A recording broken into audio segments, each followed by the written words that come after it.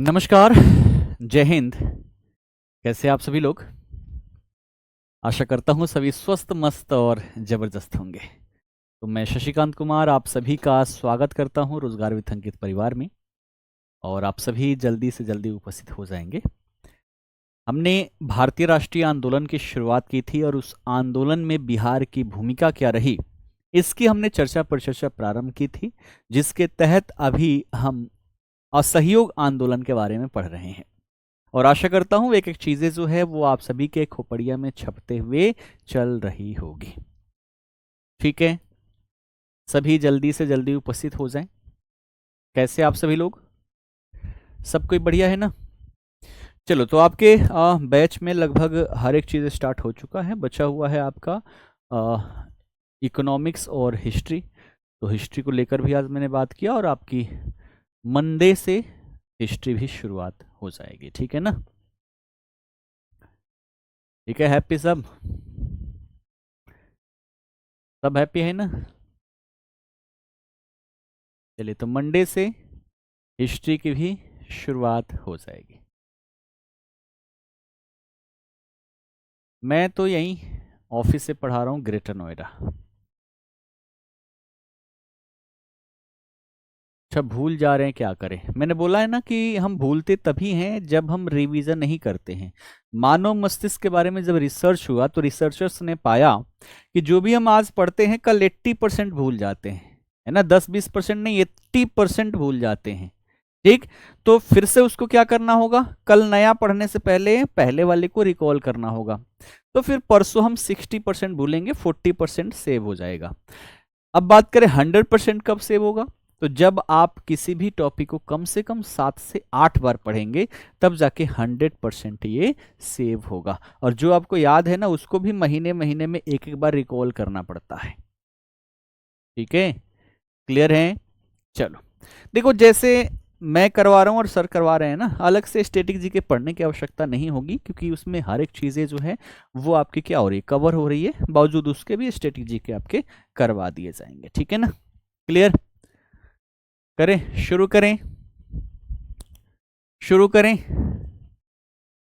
चलिए, तो सेशन की शुरुआत करते हैं।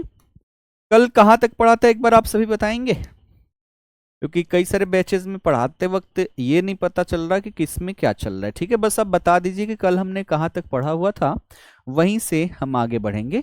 और भारतीय राष्ट्रीय आंदोलन के क्रम में आज तीसरी कक्षा है। बताएं। स्वतंत्रता के बाद पटना में मुख्य न्यायालय के न्यायाधीश कौन थे? आएंगे ना, पॉलिटी में सब कुछ पढ़ाऊंगा, आप टेंशन मत लो। ठीक है ना? एक बार खिलाफत आंदोलन वाला पढ़ लेना बढ़िया से। ठीक है ना? तब पता चल जाएगा कि कौन वहां पर लीडर थे। ठीक है ना? क्लियर है? चलिए, हाँ, बहुत बढ़िया। चलिए शुरू करते हैं। हमने देखा था कल किसके बारे में? तो कल हमने अंतिम देखा था 30 सितंबर 1921। ठीक है ना? कल का जो हमने लास्ट टॉपिक देखा था वो हमने देखा था 30 सितंबर 1921। ये वो डेट है जब मजहरुल हक के द्वारा एक न्यूज़पेपर का प्रकाशन किया जाता है। क्या नाम था उसका? तो उसका नाम था दी मदरलैंड। ठीक है ना? यहां तक हमने पढ़ा था ना, दी मदरलैंड का प्रकाशन। दी मदरलैंड अखबार जो है, अखबार का प्रकाशन। ठीक है, ये हमने कल पढ़ा था। कहां से? तो ये प्रकाशन जो था ये दीघा कहां पर है? पटना, है ना? तो पटना से ये प्रकाशन किया जाता है। किसके द्वारा? तो मजहरुल हक के द्वारा, मौलाना मजहरुल हक के द्वारा। यहां तक हमने पढ़ लिया था। ठीक है, क्लियर? अब देखो क्या होगा। भारत में धीरे धीरे ये असहयोग आंदोलन विकराल स्वरूप धारण करते हुए चल रहा था। हर जगह देखें तो लोग जो है एकदम ब्रिटिश शासन के खिलाफ उठ खड़े हुए हैं, और ऐसी स्थिति में अंग्रेजों से सिचुएशन जो है वो कंट्रोल में नहीं आ रहा। एक तरफ अंग्रेज जो सोचे थे कि गांधी क्या ही कर लेगा, और गांधी जी ने वो काम किया कि अंग्रेज अब हिल चुके हैं, दहशत में हैं, है ना? तो फिर इन्होंने क्या कहा कि वेल्स के जो युवराज थे, जिन्हें प्रिंस ऑफ वेल्स कहा जाता है, उनको बुलाया गया भारत कि आइए अब आप ही यहां पर क्या कर सकते हैं, इस सिचुएशन को कंट्रोल कर सकते हैं। तो अब बताओ कि जिस राजा के जो यहां पर अधिकारी हैं, जिस ब्रिटेन के अधिकारी है, उनका विरोध प्रदर्शित यहां पर किया जा रहा है, तो वहां के युवराज आएंगे तो उनके सामने क्या डर जाएंगे भारतीय? कभी नहीं डरेंगे। और जब प्रिंस ऑफ वेल्स भारत आते हैं, इसी दरमियान जब भारत में असहयोग आंदोलन चल रहा था, बड़े स्तर पर उनका विरोध किया गया। जहां जाते थे वहां पर काले झंडे दिखाए गए, जहां पहुंचते थे वहां पर हड़ताल कर दिया जाता था। इतने बड़े स्तर पर विरोध हुआ था। ठीक है, ध्यान रखना। तो लिख लो यहां पर आगे, यहां तक तो हमने लिख लिया था, इसके आगे लिख लेना। ठीक है, इसके आगे क्या लिखना है? 22 दिसंबर 1921, है ना, डेट क्या? 22 दिसंबर 1921। ठीक है ना, क्या लिखना है? प्रिंस ऑफ वेल्स, है ना, वेल्स के युवराज, वेल्स के युवराज पटना पहुंचे, है ना, और पहुंचे तो बड़े स्तर पर स्वागत हुआ, है ना, हड़ताल हुआ यहां पर। ठीक है, काले झंडे दिखाए गए। ठीक, इंग्लिश में लिख लो, prince of Wales reach to Patna. ठीक है, क्वेश्चन आएगा कि प्रिंस, जो वेल्स के प्रिंस थे, वो पटना कब पहुंचे हुए थे? तो आपके एग्जाम में डेट पूछ देता है, तो डेट भी आप मेंशन करना, कब? 22 दिसंबर 1921 को बड़े स्तर पर क्या हुआ, यहां पर क्या हुआ, तो इनका विरोध किया गया। ठीक है, क्लियर। अब यहां पर कुछ प्रमुख नेता हैं, प्रमुख नेता के बारे में लिख डालो, है ना, कि किस किस क्षेत्र से कौन कौन से नेता रहे, प्रमुख नेता। ठीक है, मेन लीडर। ठीक है, मेन लीडर में क्या क्या लिखना है, लिख लो। सबसे पहले लिखना मुंगेर क्षेत्र से शाह मोहम्मद जुबैर। ठीक है, मुंगेर में कौन? शाह मोहम्मद जुबैर। ठीक है, लीड किया मुंगेर में कौन? शाह मोहम्मद जुबैर। पटना में पूछे तो गुलाम, है ना, पटना में पूछे तो गुलाम इमाम। ठीक है ना, पटना में पूछे तो पटना में क्या लिखोगे? गुलाम इमाम। ठीक है, पटना में कौन? पटना में गुलाम इमाम। ठीक है, फिर पूछे मोतिहारी में तो क्या लिखोगे? गोरख प्रसाद।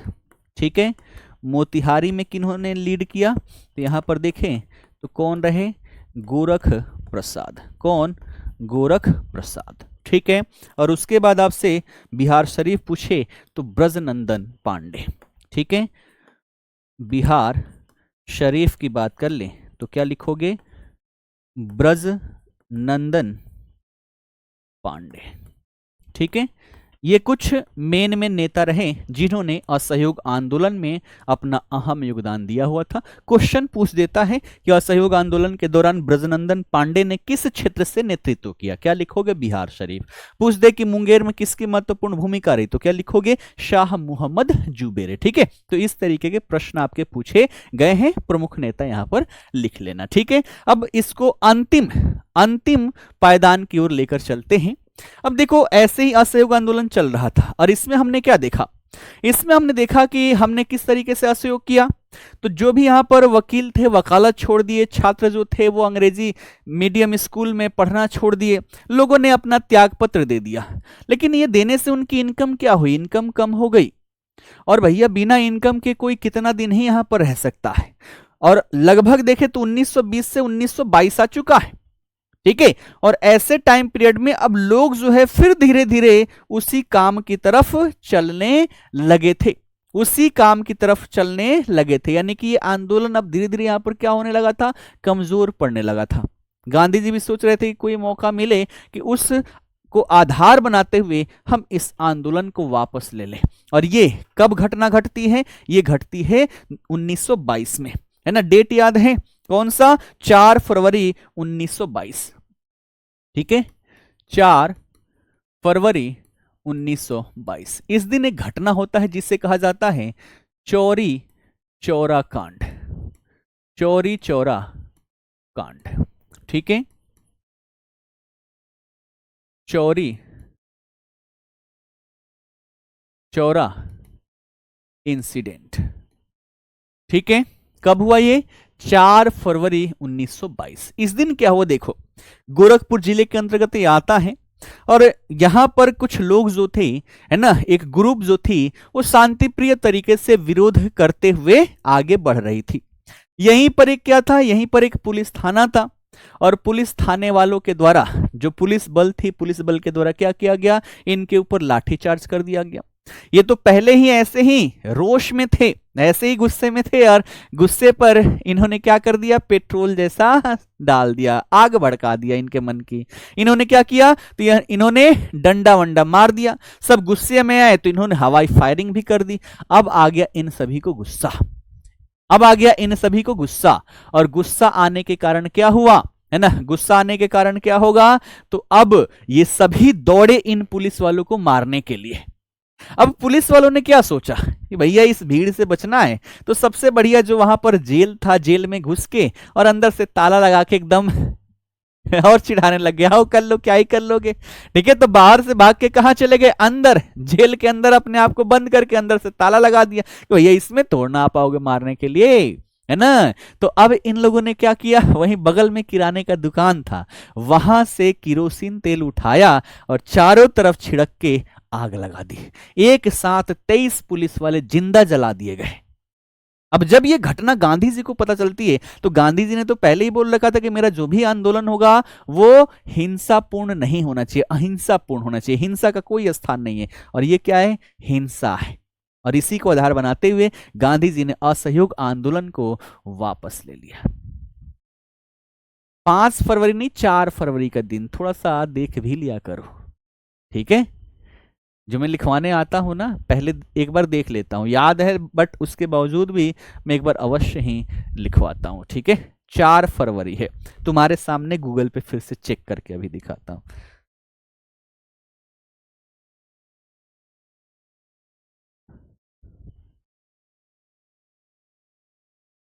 चौरी चौरा, चौरी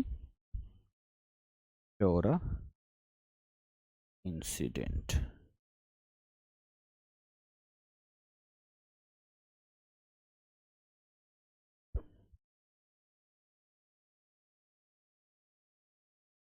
ठीक है। 4 फरवरी 1922, ठीक है। कब हुआ था, 4 फरवरी 1922 को। 5 फरवरी दिया है तो काट करके उसको 4 फरवरी कर लो, ठीक है ना। 5 फरवरी दिया है तो काट के 4 फरवरी कर लो, 4 फरवरी राइट आंसर है, ठीक है। क्लियर है। मैं यहां लिखवाता हूं ना तो इस पे शक मत किया करो, क्योंकि मैं बहुत सोर्सेस से पढ़ने के बाद ही यहां पर आकर लिखवाता हूं, ठीक है ना। आप लोगों के पास एक पुस्तकें होगी, मेरे पास अब बिहार स्पेशल की पहले 23 थी और 4 मैंने और लिया, 27 पुस्तकें हैं बिहार स्पेशल की। और इतने में से डेटा निकाल के फिर जो बढ़िया होता है ना वो चीज़ मैं देता हूँ। उसके साथ साथ जहाँ शक होता है गूगल पर सर्च करता हूँ, और गूगल में भी जो ऑथेंटिक सोर्स होता है गवर्नमेंट की वेबसाइट पर, जैसे पीआईबी पर पब्लिश किया हुआ हो, ठीक है ना, तो इन सभी की डेटा मैं कलेक्ट करके फिर आप सभी को देता हूँ, ठीक है। ये ध्यान रखना, जो डेटा लिखवाता हूँ इस पर शक नहीं करना है, ठीक है। क्लियर है। तो ये जो घटना हुई चौरी चौरा कांड, इसी को आधार बनाते हुए गांधी जी ने आंदोलन को वापस ले लिया, ठीक है। Gandhi ji withdraw the movement, ठीक है। क्लियर है। और इस तरीके से ये आंदोलन जो है ये क्या हो गया, समाप्त हो गया। क्लियर, ठीक है। अब देखो, अब एक टॉपिक हो जाता है ना, एक टॉपिक हो जाता है स्वराज्य पार्टी की स्थापना। आओ इसके बारे में पढ़ते हैं। लिख लिया सबने, लिख लिया। पटना हाईकोर्ट की स्थापना 1916 में हुई थी। वो हम पॉलिटी में करेंगे ना, हिस्ट्री में पॉलिटी क्यों लेकर आ रहे हो? लेकिन पॉलिटी जब करवाऊंगा तो हिस्ट्री से रिलेट करके बताऊंगा कि इतिहास में क्या क्या हुआ, कि क्यों यहां पर स्थापित हुआ। ठीक है ना, टेंशन मत लेना, बस जो करवा रहा हूं करते हुए चलो। अब यहां पर एक टॉपिक है, वो है हमारा स्वराज्य पार्टी। स्वराज्य पार्टी टॉपिक डालो फटाफट, है ना, थोड़ी ही देर में कंप्लीट हो जाएगा। स्वराज्य पार्टी ये कहीं ना कहीं बिहार से जुड़ा हुआ है, तो क्वेश्चन यहां से आएगा ही आएगा। देखो, हमने देखा था कि गया अधिवेशन, है ना, कांग्रेस के अधिवेशन के बारे में हमने पढ़ा था। चार कितने तो अधिवेशन, एक 27वां, 37वां और 54वां, है ना, यानी कि 3 अधिवेशन यहां पर हुआ है। ठीक है, 3 अधिवेशन जो हुआ है। ठीक है, तो यहां पर जो गया अधिवेशन हुआ था, ठीक है, गया अधिवेशन कांग्रेस का कब हुआ था? ये हुआ था आपका 1922 में। ठीक है, और ये वो टाइम पीरियड है जब गांधी जी ने असहयोग आंदोलन को वापस ले लिया है ना, असहयोग आंदोलन को वापस ले लिया है, ये वो वर्ष है। ठीक है, इस अधिवेशन की बात कर ले, अध्यक्षता किसने किया, है ना, यहां पर अध्यक्ष कौन रहे? तो यहां पर अध्यक्ष रहे चित्तरंजन दास। ठीक है, चित्तरंजन दास यहां पर क्या रहे? अध्यक्ष रहे। ठीक है, यहां पर हुआ क्या? कांग्रेस के इस अधिवेशन में एक प्रस्ताव पारित किया गया कि हमें जो चुनाव है, चुनावों का बहिष्कार करना है। ठीक है, एक वर्ग था जिसने यहां पर यह प्रस्ताव पारित किया कि हमें चुनावों का बहिष्कार करना है। लेकिन एक जो टीम थी जिसमें चित्तरंजन दास, मोतीलाल नेहरू जैसे लोग थे, इनका मानना था कि नहीं। अब देखो हुआ क्या, अभी तक क्या चल रहा है, ये मान लो ये क्या हो गई, ये हो गई सरकार। और सरकार कहां पर है? तो ये है अपना प्यारा भारत। ठीक है, तो भारत, ये सरकार के अंदर कुछ लोग बैठे हुए हैं और यहां पर क्या है? भारतीय लोग हैं। ये भारतीय लोग अभी तक क्या कर रहे हैं? ये कर रहे हैं, है ना, सरकार के बाहर, है ना, खड़े होके, है ना, बाहर खड़े होके ये यहां से चिल्ला रहे हैं कि भैया हमें स्वराज्य दे दो, हमें स्वराज्य दे दो। बाहर खड़े होके क्या कर रहे हैं? ये चिल्ला रहे हैं कि हमें स्वराज्य दे दो, है ना। तो अंदर अंग्रेजों पर, जो सरकार के अंदर थे, इन लोगों के कान में जू तक नहीं रेंगता था। बाहर से हमने बहुत चिल्ला लिया, इसलिए अब जो युवा वर्ग थे, जैसे मोतीलाल नेहरू, चित्तरंजन दास, इनका कहना था कि हम बाहर से तो बहुत चिल्ला लिए, लेकिन अब हमारा प्रयास क्या होना चाहिए? हमारा प्रयास होना चाहिए क्यों ना हम सरकार के अंदर ही घुस जाए, है ना। कहां? तो सरकार के अंदर ही घुस जाए, और यहां से जब चिल्लाएंगे तो भले ही सरकार हमारी बातें ना माने, लेकिन कम से कम इनके कार्यों में बाधा तो डाल सकते हैं, ज्यादा प्रेशराइज तो कर सकते हैं। तो एक वर्ग का मानना था कि अब हमें क्या करना है? हमें चुनावों में शामिल होना है। 1923 में जो चुनाव होगा, इस चुनाव में शामिल होना है। ठीक है, इस चुनाव में क्या होना है? शामिल होना है। और यहां कांग्रेस के इस मंच पर, इस अधिवेशन में, गया अधिवेशन में, यह प्रस्ताव पारित कर दिया गया कि नहीं, हमें चुनाव का बहिष्कार करना है। तो 2 मत हो गए, एक मत है चुनाव का बहिष्कार करना, एक मत है हमें चुनाव लड़ना है, सरकार के अंदर जाना है। ठीक है, और इस कारण से चित्तरंजन दास ने कहा कि भैया हमें नहीं करनी तुम्हारी अध्यक्षता, और इन्होंने क्या किया? इन्होंने यहां पर इस्तीफा दे दिया। इन्होंने क्या कर दिया? इन्होंने इस्तीफा दे दिया, और इस्तीफा देने के पश्चात 1 जनवरी 1923 को इनके द्वारा स्वराज्य पार्टी की स्थापना की जाती है। क्या की जाती है?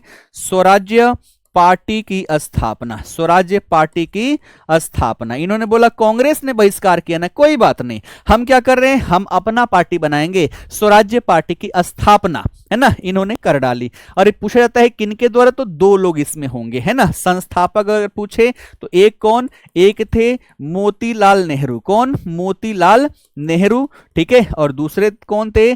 चित्तरंजन दास, चित्तरंजन दास। ठीक है, इन दोनों ने मिलकर क्या किया? तो स्वराज्य पार्टी की स्थापना कर दी। कहां पर की थी? तो प्रयागराज में, ध्यान रखना। ठीक है, प्रयागराज में इसकी स्थापना कर दी जाती है। क्लियर है? ठीक है, यहां पर लिखा हुआ है स्वराज्य पार्टी की स्थापना, फिर भी पूछ रहे हो कि कब हुई थी। अच्छा 27 लिख दिया, 22 लिखो ना, 23। ठीक है ना, 22 के बाद क्या आ जाएगा, ये आ जाएगा आपका 23। ठीक है, तो 1 जनवरी 1923 को स्वराज्य पार्टी की स्थापना कर दी जाती है मोतीलाल नेहरू और चित्तरंजन दास के द्वारा। हाँ 1923 ही होगा, है ना, गलती से वो 27 लिख गया था। ठीक है, establishment of Swarajya party by Motilal Nehru and Chittaranjan Das. ठीक है, कब, 1 जनवरी 1923 को। ठीक है ना, 1 जनवरी 1923 को। क्लियर है, यहां तक किसी को कोई डाउट? चलो, अब ये तो हो गया कहां, तो भारतीय स्तर पर स्थापना इसकी हो गई। अब बिहार में क्या होगा, तो बिहार में देखो स्वराज्य पार्टी का उतना प्रभाव नहीं रहता है, बावजूद उसके भी, है ना, यहां पर भी क्या की गई, स्वराज्य पार्टी की शाखा की स्थापना की गई। ठीक है ना, ठीक, अब क्या होगा, स्वराज्य पार्टी की एक शाखा की स्थापना की जाएगी। कहां पर, तो ये की जाएगी अपने पटना में। कब, फरवरी 1923 में। ठीक है, तो क्वेश्चन यहां से पूछा गया है, लिख लेना आगे। अगला लिखना, फरवरी 1923 में, और किसके द्वारा, नेता कौन होंगे, श्री कृष्ण सिंह। तो फरवरी 1923 में श्री कृष्ण सिंह के नेतृत्व में, श्री कृष्ण सिंह के नेतृत्व में स्वराज्य पार्टी की, स्वराज्य पार्टी की एक शाखा की स्थापना।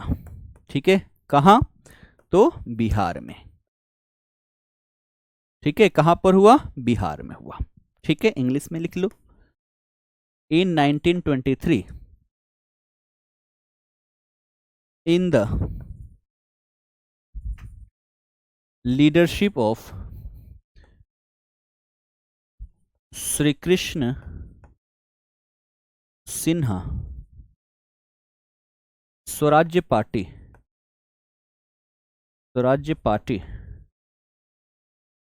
Founded in Bihar. ठीक है, बिहार में श्री कृष्ण सिंह के नेतृत्व में स्वराज्य पार्टी की स्थापना कर दी जाती है। ठीक है, उसके बाद क्या होगा, पार्टी का गठन हो चुका है, तो पार्टी अब यहां पर एक सम्मेलन का आयोजन करेगी।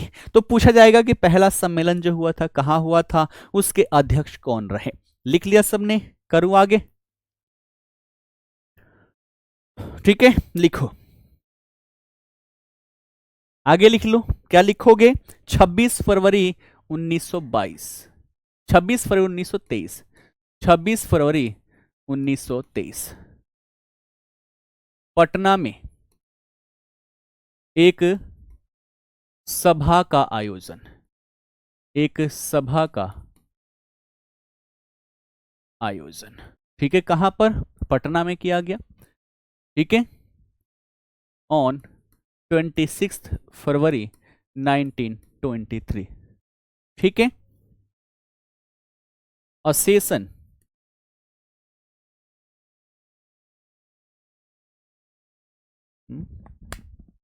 है अभी, a session held in Patna, in Patna. ठीक, अब पूछेगा कि यहां पर अध्यक्ष कौन रहे।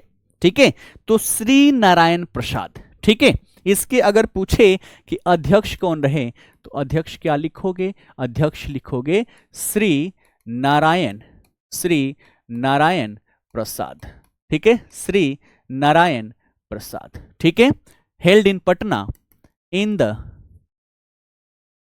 Presidency of, in the presidency of, in the presidency of Shri Narayan Prasad, Shri Narayan प्रसाद।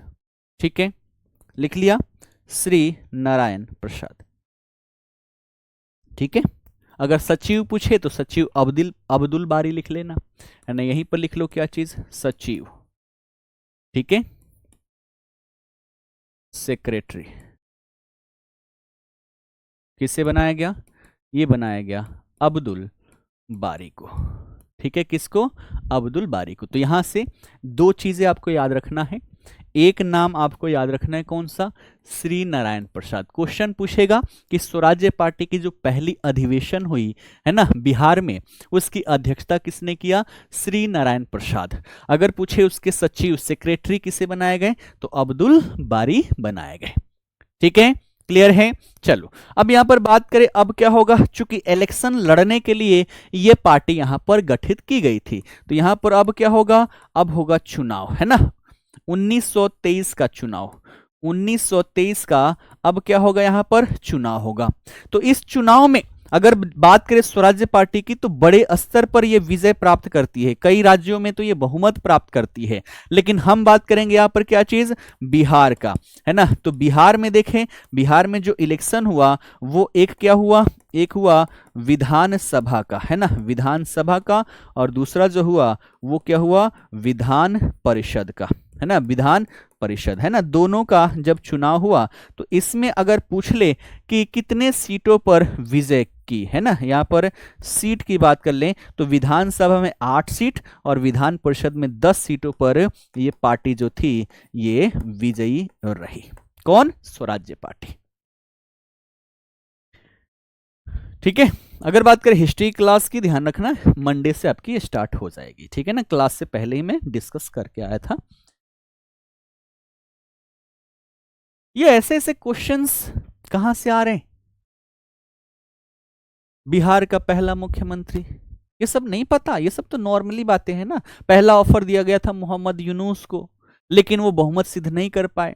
1937 में पहली सरकार बनती है इंडियन नेशनल कांग्रेस के, और किसके लीडरशिप में? श्री कृष्ण सिंह के लीडरशिप में। तो पहले मुख्यमंत्री कौन है? श्री कृष्ण सिंह हो जाते हैं। ये सब तो नॉर्मल सी बातें हैं, ये तो पहली क्लास जो आपकी हुई थी उसमें सब कुछ डिस्कस किया था। ठीक है, हो गया क्लियर? तो ये हमारा स्वराज्य पार्टी का टॉपिक जो है यहां पर कंप्लीट हो जाता है। विधानसभा में 8 सीट जीती और विधान परिषद में 10 सीट पर यह विजयी रहती है बिहार में। अब्दुल बारी, है ना? बारीक नहीं होगा, अब्दुल बारी ही इनका नाम है। ठीक है, क्लियर है? बढ़े आगे। अच्छा, आपसे पढ़ के जो मजा आ रहा है आज तक कभी नहीं आया। मतलब सबको मजा आ रहा है ना? सबको मजा आ रहा है ना? सबको मजा आ रहा है? एक ही को तो नहीं ना? सबको मजा आ रहा है। नीचे क्या लिखा हुआ है? विजयी रही, विजयी रही। ठीक है ना, क्लियर? अब आओ, अब इसके बाद से एक टॉपिक है हमारा क्या? साइमन कमीशन, है ना? देखो अभी एक क्वेश्चन देखा था, नरम दल और गरम दल।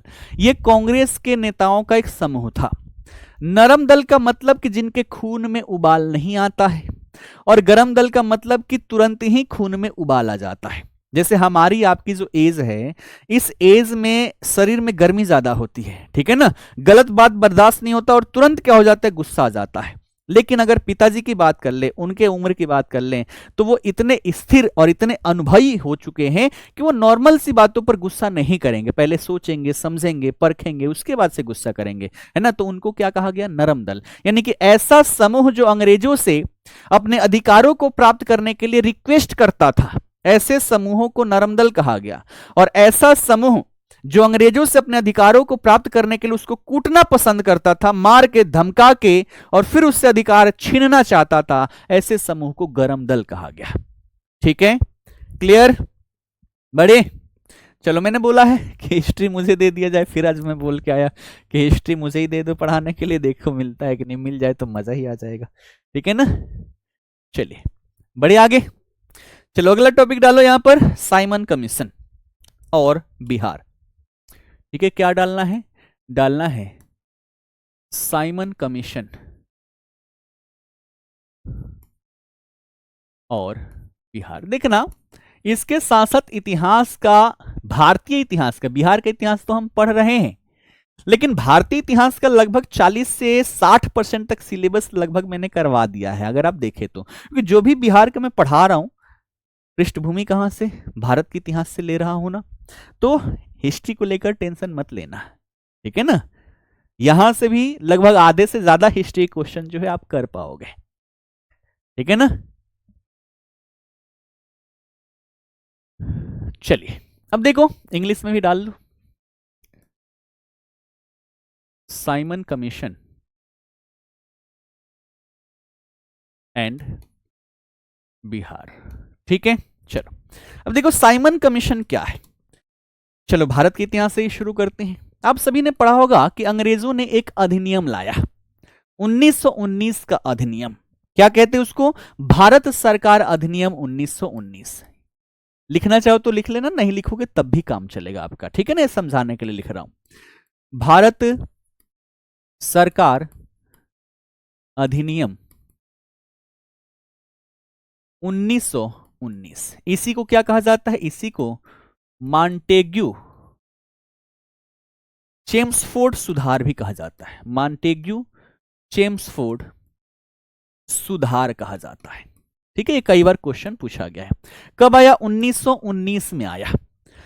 ये जो लाया गया था ये किस पार्टी के द्वारा, तो ब्रिटेन में जो पार्टी थी, है ना, ब्रिटेन में वो कौन सा, कंजर्वेटिव पार्टी थी। कौन सी, कंजर्वेटिव पार्टी, ठीक है। जैसे हमारे यहां बहुत सी पार्टियां हैं, आप चाहो तो आप भी अपना पार्टी बना सकते हो, लेकिन ब्रिटेन में द्विदलीय सिस्टम है, यानी कि वहां पर दो ही पार्टी है, एक लेबर पार्टी है, एक कंजर्वेटिव पार्टी है। किसी साल लेबर पार्टी की सरकार बनेगी तो किसी साल कंजर्वेटिव पार्टी की सरकार बनेगी। कोई भी नेता हो तो इन्हीं दो पार्टी से जुड़ सकता है। भारत में क्या है कि जो चाहे अपना पार्टी यहां पर बना सकता है। एक रजिस्ट्रेशन फी है, रजिस्ट्रेशन फी दीजिए और आपका पार्टी और आपका पार्टी का लोगो सब कुछ आपको क्या हो जाएगा, मिल जाएगा, ठीक है। तो अब देखो ब्रिटेन में कंजर्वेटिव पार्टी की अगर हम बात कर ले, वो कंजर्वेटिव पार्टी है और इसी के द्वारा ये अधिनियम लाया गया था 1919 में।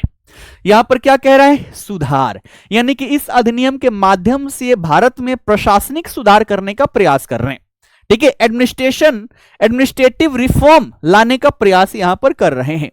लेकिन होगा क्या, अब ये सुधार ला रहे हो तो कैसे पता चलेगा कि आप जो सुधार लाए वो यहां पर सुधार हुआ भी कि नहीं।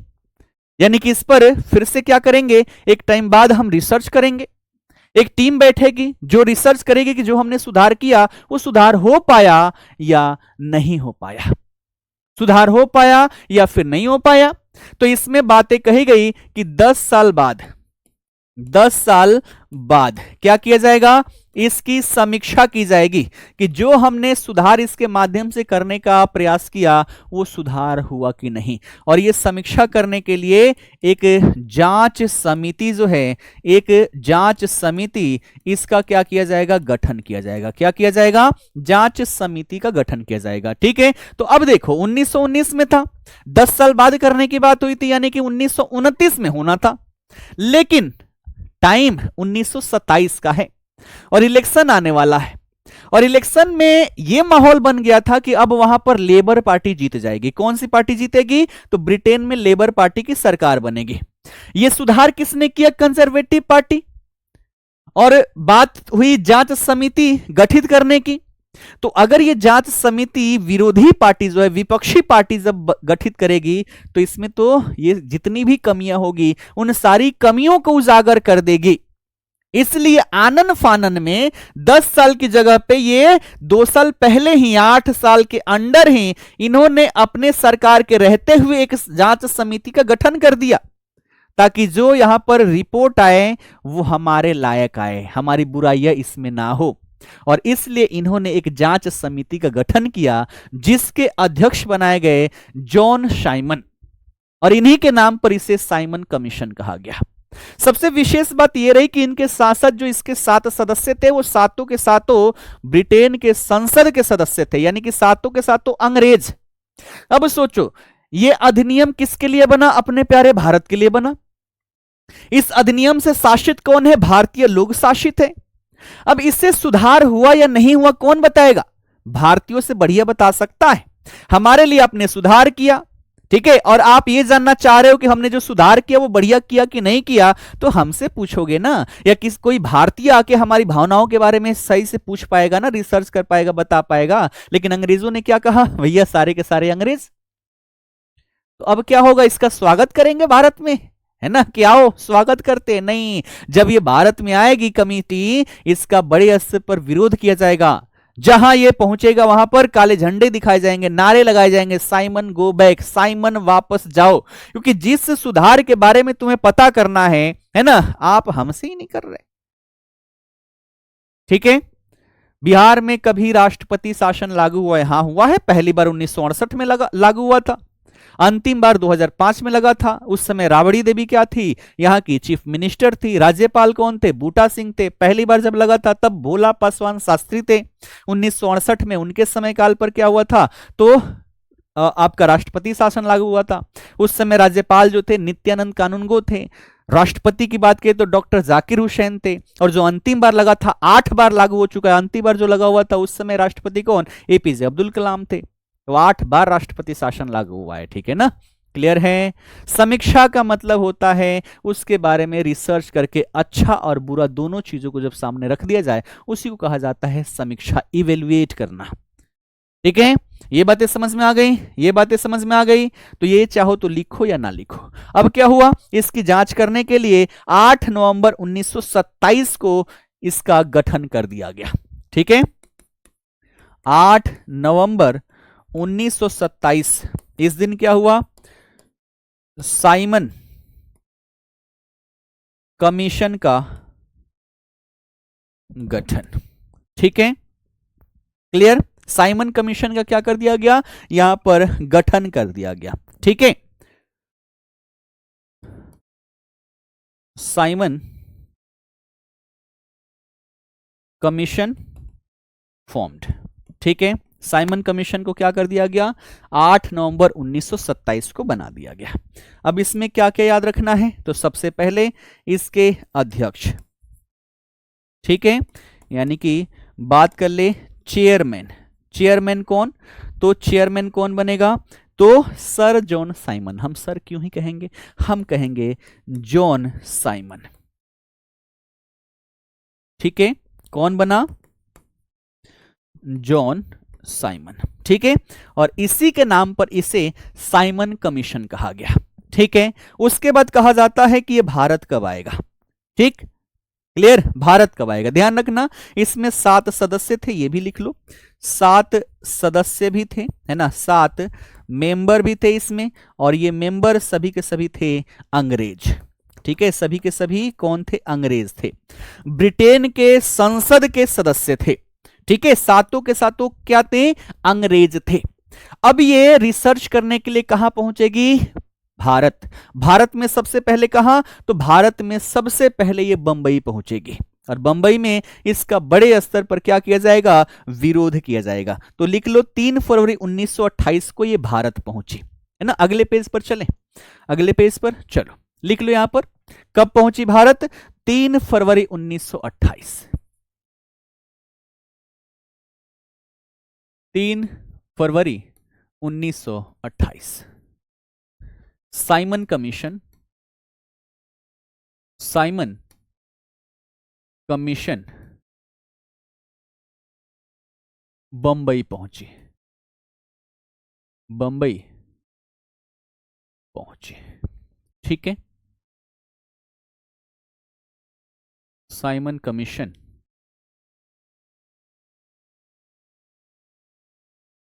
Reach to Bombay. अब मुंबई है, पहले इसे बॉम्बे ही कहा जाता था। ठीक है, अब जब वहां पर पहुंची तो क्या हुआ, बड़े स्तर पर इसका विरोध किया गया। ठीक है, और विरोध के साथ साथ यहां पर नारा लगाया गया, क्या चीज, साइमन वापस जाओ। क्या नारा लगाया गया, साइमन वापस जाओ। ठीक है, इंग्लिश में क्या, साइमन गो बैक। ठीक है, साइमन गो बैक का यहां पर नारा लगाया गया। अब ये पटना भी पहुंचेंगे, अब ये पटना भी पहुंचे। अच्छा, न्यू चैप्टर, न्यू कहाँ है, भारत के इतिहास नहीं पढ़े, अगर भारत के इतिहास पढ़े होते तो फिर पूछते नहीं ना कि ये न्यू चैप्टर है या पुराना है, ये तो बहुत पुराना है ना। अब ये पटना कब पहुंचेगा, 12 दिसंबर 1928। ठीक है, आगे लिख लो, 12 दिसंबर 1928, है ना। इस दिन क्या हुआ, Simon commission, Simon commission Patna पहुंची, ठीक है, reach to Patna. Simon commission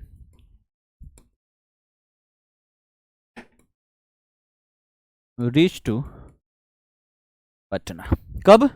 12 दिसंबर 1928। तो यहां पर क्या होगा, यहां के लोग क्या करेंगे? स्वागत करेंगे? नहीं करेंगे ना। यहां पर भी क्या होगा? यहां पर भी विरोध होगा। यहां पर भी क्या होगा? विरोध होगा, ठीक है, अनुग्रह नारायण सिन्हा के नेतृत्व में, है ना। तो यहां पर भी क्या होगा? यहां पर भी विरोध होगा, ठीक है। यहां पर भी नारे लगाए जाएंगे, साइमन वापस जाओ, ठीक है। अब ये चीज यहां पर लिख लो, क्या लिखना है कि विरोध जो है किसके नेतृत्व में हुआ। तो अगर बिहार में कहेंगे तो क्या कहेंगे? अनुग्रह नारायण सिन्हा, ठीक है। यहां पर अगर विरोध की बात कर लें तो इस विरोध का नेतृत्व किसने किया? बिहार में विरोध का नेतृत्व किसने किया? ये किया अनुग्रह नारायण सिन्हा ने, अनुग्रह नारायण सिन्हा ने, ठीक है, ये किया।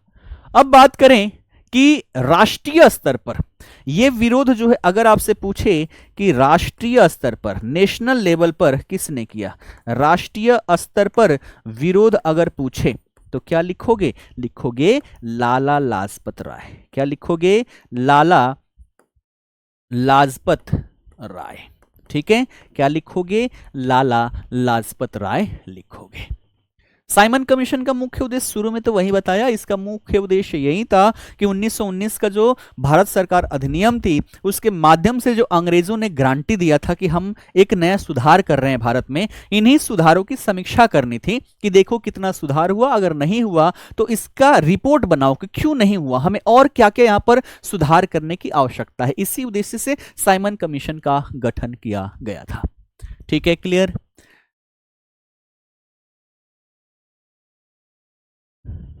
क्लियर है?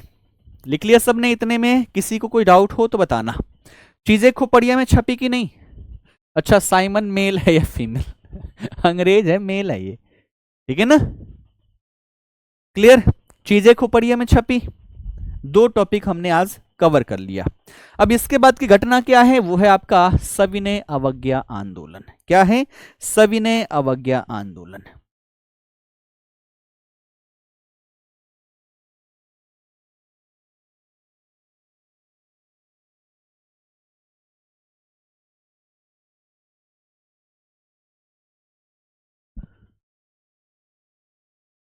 अच्छा, उस टाइम इंग्लैंड से कैसे आते थे? ट्रेन से?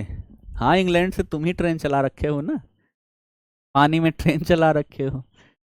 तब भी वो पानी वाली जहाज से आते थे, ठीक है। और आजकल सामान पानी वाली जहाज से आता है और हम हवाई वाले जहाज से आते हैं, ठीक है ना। क्लियर? हाँ, साइमन कल आना, ठीक है ना। वो कौन सी है? स्त्री कल आना, ठीक। बड़े आगे अगले टॉपिक की ओर चले। चलो, सविनय अवज्ञा आंदोलन कंप्लीट तो नहीं हो पाएगा, लेकिन उसकी शुरुआत कर देता हूं। आज दांडी मार्च करवा देता हूं। दांडी मार्च था क्या, ठीक है ना, दांडी मार्च था क्या, इसके बारे में समझ लेते हैं ताकि आप सभी को अच्छे से क्लियरिटी आ जाए। तो टॉपिक डाल लो आज, है ना। क्या डालना है? अगला टॉपिक सविनय अवज्ञा आंदोलन। क्या डालना है? सविनय अवज्ञा आंदोलन, ठीक। इंग्लिश में क्या हो जाएगा? Civil disobedience movement, civil disobedience movement. अब देखो यहां पर आंदोलन का मतलब तो सबको पता है। उससे पहले 2 शब्द है, एक है सविनय और दूसरा क्या है? अवज्ञा। अवज्ञा का मतलब क्या होता है? अवज्ञा का मतलब होता है विरोध, ठीक है।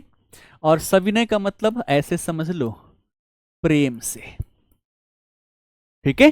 प्रेम से किसी चीज का विरोध करना, इसी को क्या कहते हैं? इसी को कहते हैं सविनय अवज्ञा आंदोलन।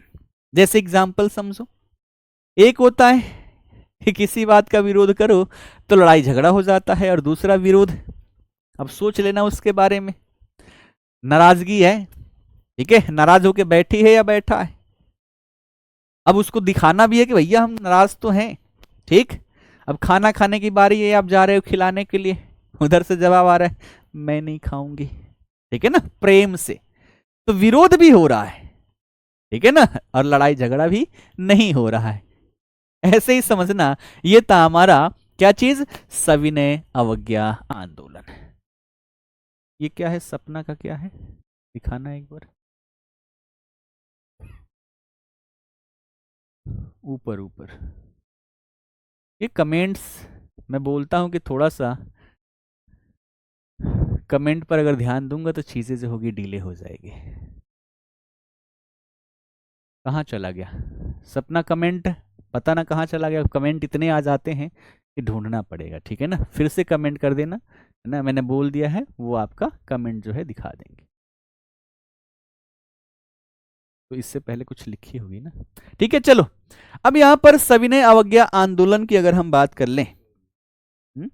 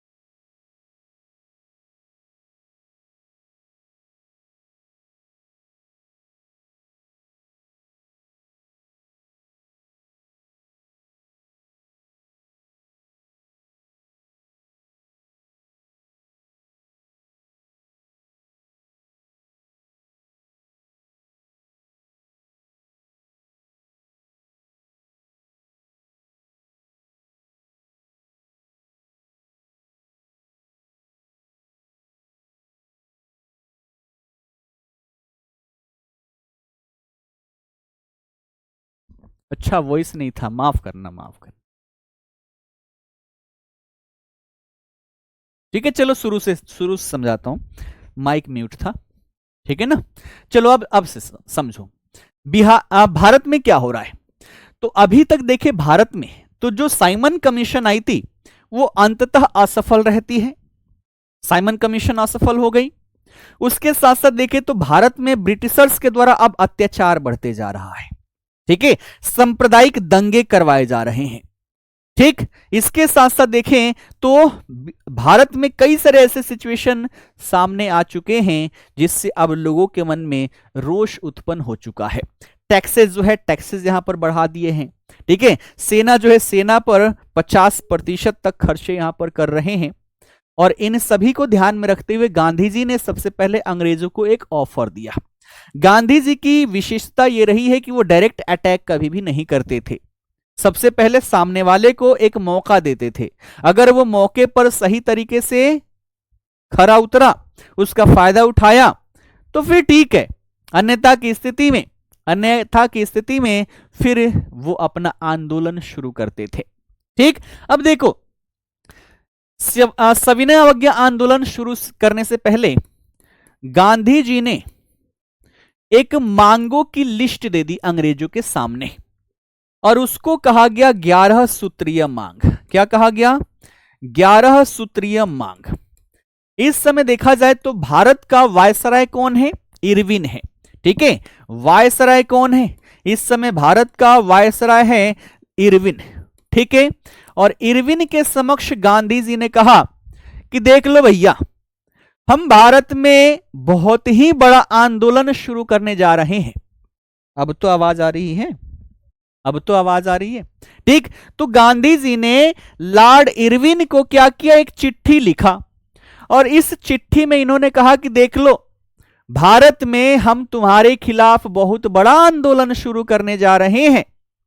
अगर तुम चाहते हो कि आंदोलन शुरू ना हो तो ऐसी स्थिति में हमारी ये 11 डिमांड है, हमारी ये 11 मांग है, इन मांगों को मान लो तो हम ये आंदोलन शुरू नहीं करेंगे।